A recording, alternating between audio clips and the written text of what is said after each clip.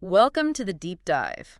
Today, think of us as your instructors, guiding you through something really fundamental if you're involved with Information Security Clause 5 of ISO IEC 27003.2017.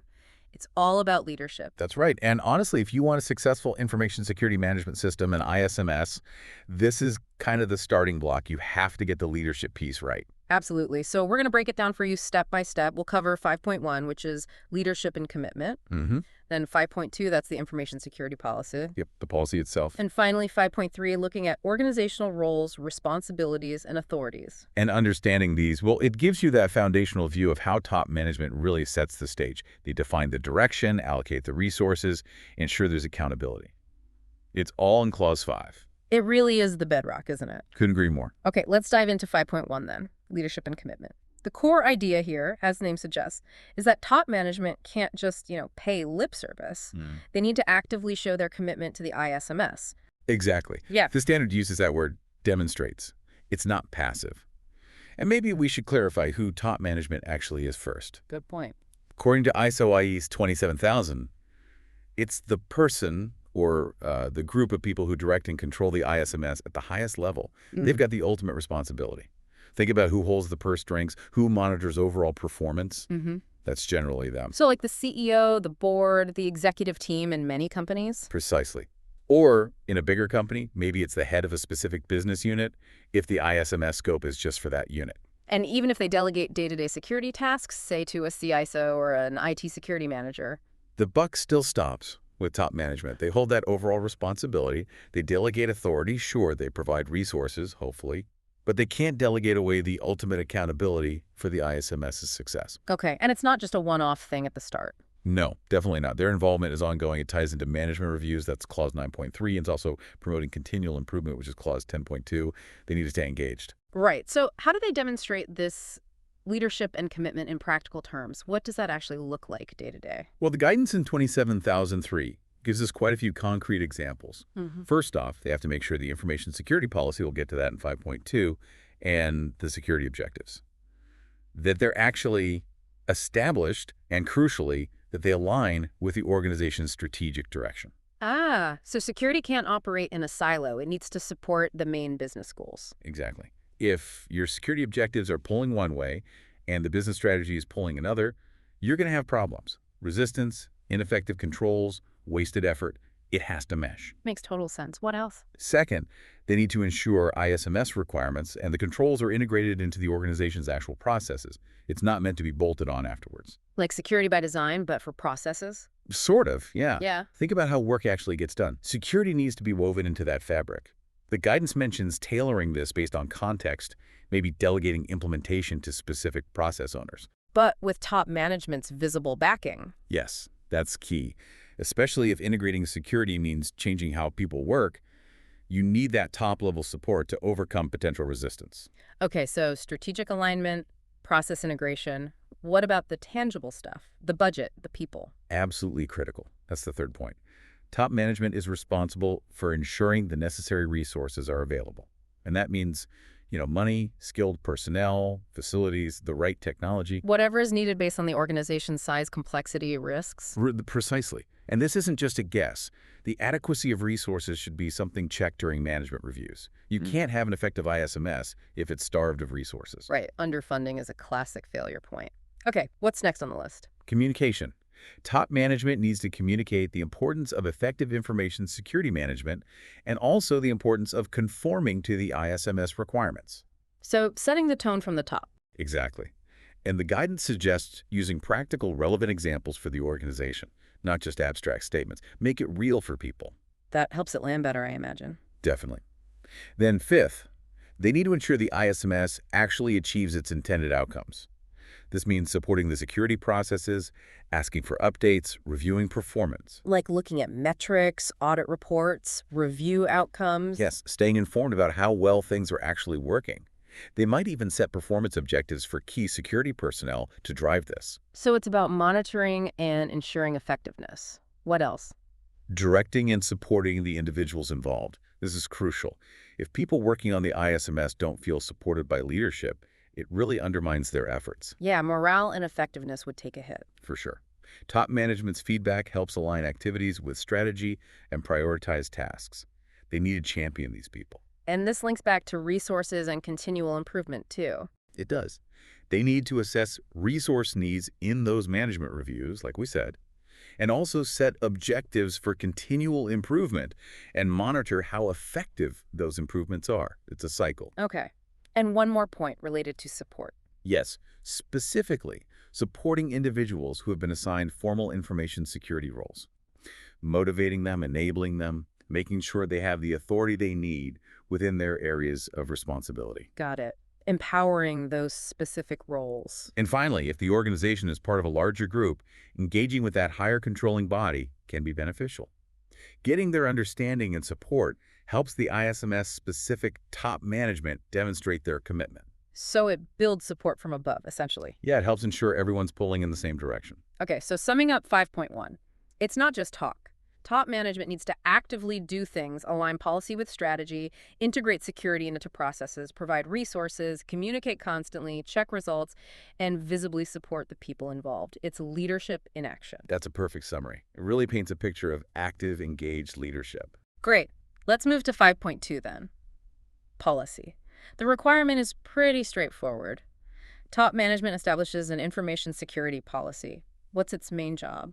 Think of the policy as the high-level declaration of intent. It describes why the ISMS is strategically important, it serves as documented information, and it really directs all the information security activities. So it sets the overall tone and direction. Exactly. It states the organization's security needs within its specific context. It's the foundational document.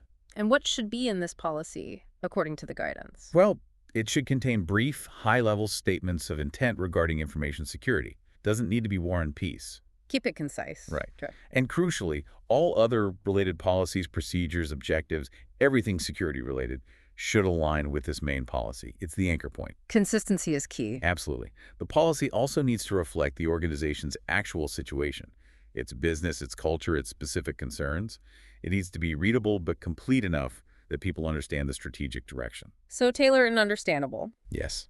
And it might contain the actual security objectives, or perhaps it outlines the framework for setting those objectives, like who sets them, how they get rolled out. Okay, provides the goals or the process for setting goals. And really importantly, it must include a clear statement of top management's commitment to satisfying security requirements. Reinforcing that leadership piece again. Exactly. And also a clear statement supporting continual improvement. That principle needs to be known within the scope of the ISMS. So commitment to requirements and commitment to getting better. Got it.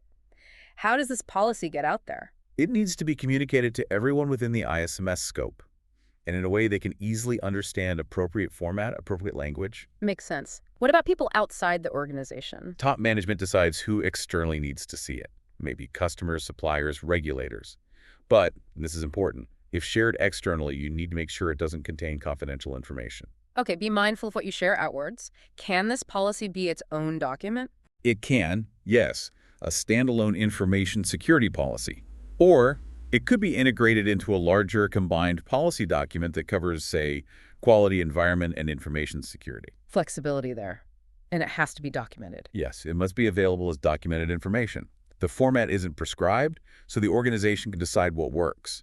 Using existing company policy templates is often a good idea for consistency. Right. So the policy isn't just some document filed away. It's a living statement of intent, reflecting values, guiding action. Precisely. It's the cornerstone that everything else builds upon. Okay. That brings us to the last part of Clause 5.